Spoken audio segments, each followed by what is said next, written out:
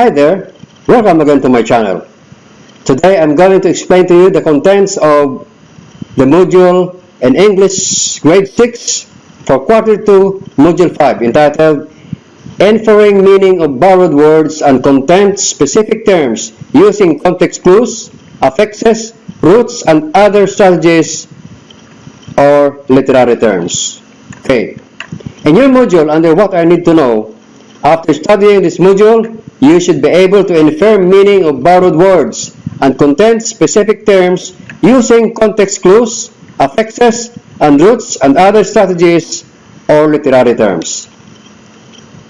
Now, under what's in, take note of how these words mean. Inferring means figuring out something that the author doesn't say. You can use clues that are in the text and things from your own mind. Sometimes it is called reading between the lines, and it adds a lot of more meaning to the story. Now, under what's in your module, content words are words that have meaning, such as nouns, verbs, adverbs, and adjectives or describing words. Now, specific terms are specialized words or meaning relating to a particular field or specific study. Okay, and then what's new? Read the article and be ready to answer the comprehension questions. Okay.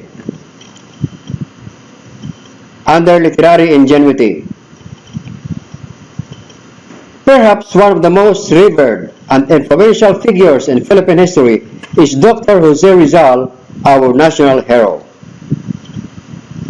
He is a man with multiple professions. Aside from being an ophthalmologist, he was also a literary genius. Jose Rizal was a very prolific writer. From a very young age, 7 years old, he wrote plays which were staged during fiesta. At 8 years old, he wrote a poem, Sa Aking Mga Kababata. He wrote numerous poems, plays, and other literary pieces when he was in Ateneo and University of Santo Tomas.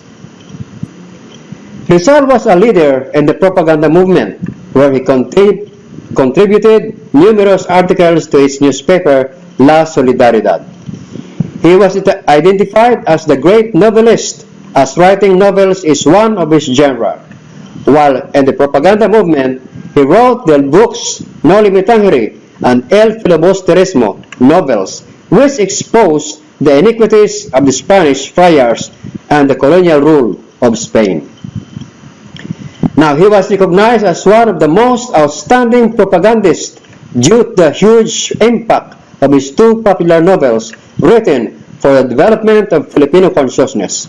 Jose Rizal was the propaganda movement's most brilliant figure, and his writings awakened the spirits of nationalism among the Filipinos during his time. His literary ingenuity and altruism have contributed a lot to the freedom everyone is enjoying at present. Now, here are the questions. What is the title of the article? Okay, answer, Literary Ingenuity. Next, what were the novels Rizal wrote while in the propaganda movement? Answer, No Limitangere and El Filibusterismo. Next, why did he write No Limitangere and El Filibusterismo? By the way, the answers here are not included in your module, so you need to copy this down or provide your own idea as your answer. Okay. Answer, to awaken the spirit of nationalism among the Filipinos during his time. Next, number 4. Why was Rizal a literary genius? Okay, answer. Rizal is as a literary genius because at a very young age of 7, he wrote plays which were staged during fiesta. At 8 years old, he wrote a poem, Sa Aking Mga Kababata. And then he wrote numerous poems, plays, and other literary pieces when he was in Ateneo and University of Santo Tomas. Next, how can we show our sense of patriotism? Answer, we can show our sense of patriotism by obeying the law of our country, specifically by following the health protocols during this time of pandemic. By the way, this answers are not found in your module. So you need to copy this down. Just try to pause the video and then start copying. Okay, let us continue. The words writer, play, and novelist are just some literary terms in the article. Try to guess the clues that will give the meaning of the words in bold-faced in the following sentences. The first issue of La Solidaridad came out on February 15, 1889. Now, our bold letter words here is La Solidaridad. Now, it says here, it was in March 25, 1889 that Los Agricultores Filipinos, or the Filipino farmers, Rizal's first article appeared in the publication. Now, the clue here is La Solidaridad is a form of publication, or it is a form of newspaper. This is the clue, the word publication. Okay. Number 2. If you want to enrich your vocabulary, scan and read interesting articles about self-improvement, culture, and social issues published in journals and magazines. Now, the clue here, in order to identify the meaning of articles, is the clue that will give you the meaning of the word articles about self-improvement, culture, and social issues published in journals and magazines. Okay, next.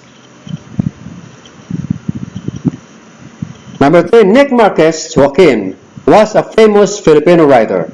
His well-known literary pieces include short stories, poems, and novels. Now, our bold word here is literary pieces. Now, these items in red are the clue words in order to give the meaning of this word literary pieces. They are short stories, poems, and novels. Okay, number 4.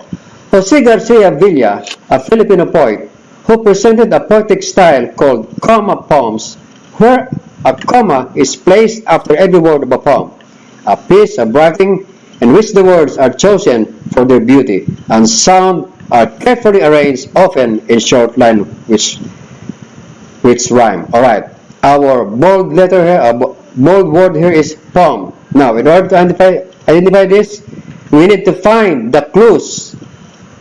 Alright, the clues here are these red lettered words. You need to copy this down as the words that provide clue for this word poem. Okay, number 5. Francisco Baltasar, the Filipino William Shakespeare and literary laureate, was known for his literary genre. Now, the literary genre here, the clue here is writing poems in Tagalog instead of Spanish. That is the genre. The poem written in Tagalog. That is called literary genre. Now, remember that we can infer the meaning of unfamiliar words through context clues and structural analysis. Context clues are hints that the author gives. The clue may appear within the same sentence as the word to which it refers, or it may follow in a preceding sentence. Okay. Since most of the vocabulary is acquired through reading, it is necessary that you'll be able to recognize and take advantage of context clues to unlock the meaning of difficult words. Now, let's recall the types of context clues. There are at least 4 kinds of context clues that are quite common. Number 1 is synonym. A synonym or word with the same meaning is used in the sentence. Now, example, Jose Rizal, our national hero, was highly intelligent. He is indeed famous in literature.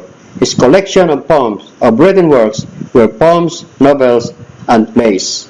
Okay. Here, this literature and collection of written works are clues for the poems written by Jose Rizal. Okay. Next, antonym. Sometimes a word or phrase is clarified by presentation of the opposite meaning, wherefore somewhere close to its use. Look for signal words when applying context clues.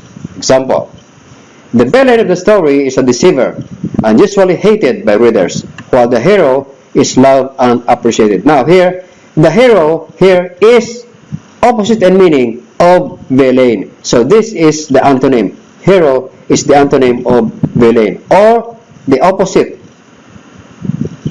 in meaning. Okay. Next, explanation. The unknown word is explained within the sentence or in a sentence immediately preceding. Example: science fiction stories, often called sci-fi, is genre of fiction literature which content is imaginative but based on science. Now, here the word science fiction is explained in the same sentence. These underlined words are the explanation or the clue in order to identify the meaning of the word science fiction. Next, under example, specific examples are used to define the term, like this one. Edgar Allan Poe invented the Gothic literature. Examples of Gothic literatures are The Black Cat, Frankenstein, Walking Dead. Alright, these are the examples for the word Gothic literature. Next, structural analysis. It is the process of breaking words down into their basic parts to determine word meaning. When using structural analysis, the reader breaks down the words into basic parts, like prefixes. These word parts are located at the beginning of a word to change meaning. And then we have roots. It is the basic meaning part of a word. And we have also suffixes. These are word parts attached to the end of a word. Suffixes often alter the part of speech of the word. Now, in Filipino, we have two kinds of panlapi. We have we have three kinds: unlapi, gitlapi, and hulapi. While in English, we have prefixes, prefixes and suffixes. Okay. Now we are going to identify here. We have here in the first column, we have the affixes, and then next is the meanings, and then the examples. Let us begin with out. The word out. The meaning of out is away from, and the example is outlaw. Next, for. The meaning of for is before, and the example is forerunner. Next, try. The meaning of try is three, and the example is tricolon. Next, mala. The meaning of mala is wrong, and the example is malapropism. Next, under suffix, we have ness. The meaning of ness is quality condition. Example, goodness. Next, icy or it. Meaning is pertaining to, and example is poetic. Next, ist or ist. The meaning is one that makes a thing. Example is novelist. Okay, I hope you have learned something in this video. Thank you very much for watching. See you again.